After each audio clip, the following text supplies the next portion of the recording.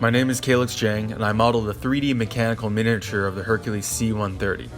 The final model consists of 78 unique parts, 18 sub-assemblies, and 173 components altogether, taking about 90 hours to complete, and I use a spreadsheet to track each part.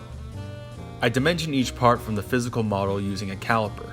For more complex shapes involving curves, I scan the parts and trace them with splines. Each part has fillets to imitate the imperfections from laser cutting. To build the miniature, I converted each part to sheet metal in Solidworks to bend the part, then assembled it, making sure there are no self-intersections and that the connections are physically accurate.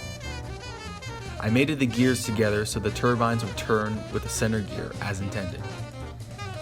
For the FEA analysis, I replicated the wing flex test done on modern airplanes, fixing the body in place while bending the wings. I had a lot of fun making this project, and thank you for watching.